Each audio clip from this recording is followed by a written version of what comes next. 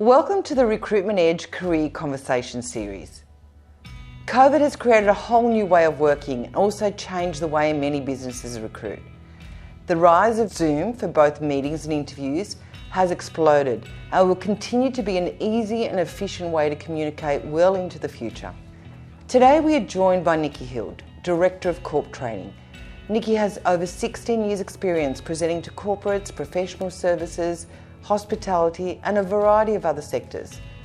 Thanks for joining us today, Nikki, and we look forward to sharing your expertise around how to master an online meeting. Nikki, in the future we know that both meetings and job interviews are going to be conducted online. In fact, our latest research shows that more than 90% of interviews are now conducted online. Should people treat online communications in the same light as if it was face-to-face? Well, thank you, Tania. Yes, very simply, absolutely. When we look at a face-to-face meeting or a face-to-face interview, the same rules that would apply or the same etiquettes that would apply for that meeting still apply if we're doing that meeting over Zoom, Teams or any other online platform. So essentially we need to keep in mind that just because we're doing it over an online platform, that it doesn't make it less professional or more casual. So same rules, same effort apply. I've noticed sometimes when I'm chatting to people online, a video conference, over Zoom, or even FaceTime or WhatsApp, we do a lot of things to make it more efficient to conduct interviews. Sometimes there's distractions. There's kids jumping in the background, pets, other noises. What are your suggestions for this? So my suggestion for this is, firstly, we need to minimise any kind of distraction. So if we're having a meeting or an interview, we need to make sure that the environment is as quiet as we possibly can, so therefore trying to move away any children that might be nearby or pets to eliminate any noise. In terms of the environment that we're in, it needs to look professional and we need to make sure that simplicity is the key, so less is more.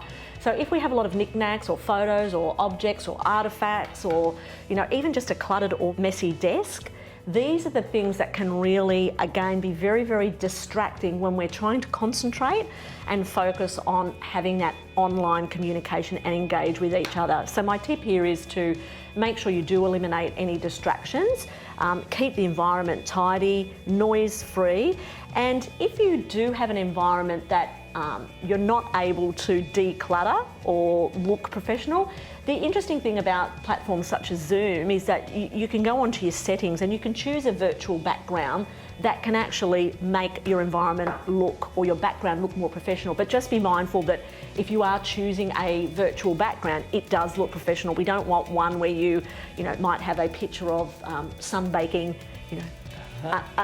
under the trees in the Bahamas on a cocktail. So it needs to still look like a very professional background as well.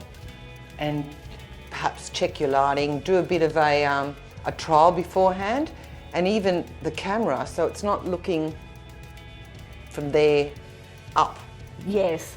And this is where planning and preparation is really essential. So part of your planning and preparation when you're looking at your environment that you are hosting the meeting or holding the meeting or interview in is also around checking your equipment, checking your technology.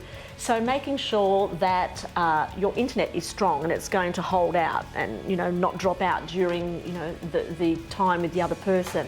Checking your lighting, checking your sound. Again, Zoom and Teams have a function where you can do a record and you can have a little role play or a practice and record yourself and see what the lighting looks like. Check the sound out.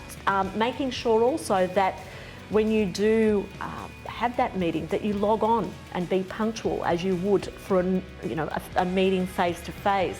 So it's just really those little tips to plan and prepare just to make sure that you have the best background and the best technology working for you at that time. And what about body language? I find with myself, for instance, you can see that I'm holding a pen, so I stop fidgeting and touching my hair. Sure. A pen maybe for people, a notepad in front of them. Yeah, look, it's really, again, some of those distractions that I talked about earlier might be physical distractions in terms of, as I said, pets, children, artefacts, objects.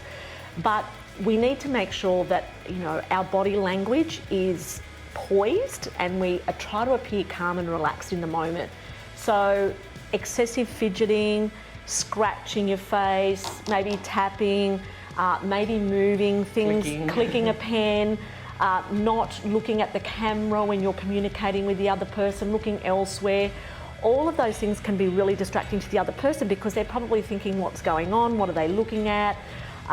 Again, we need to just try to be poised, think about our body language, positive body language cues, and really look into the camera, smile, use eye contact to show that level of engagement with the person that we're communicating with.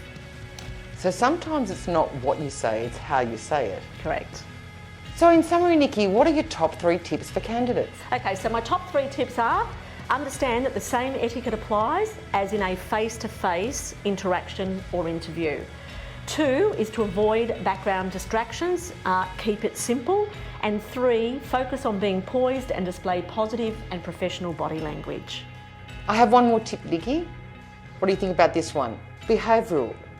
Have some questions, maybe some examples of questions and things that you've achieved, challenges that you've overcome and how you've overcome them.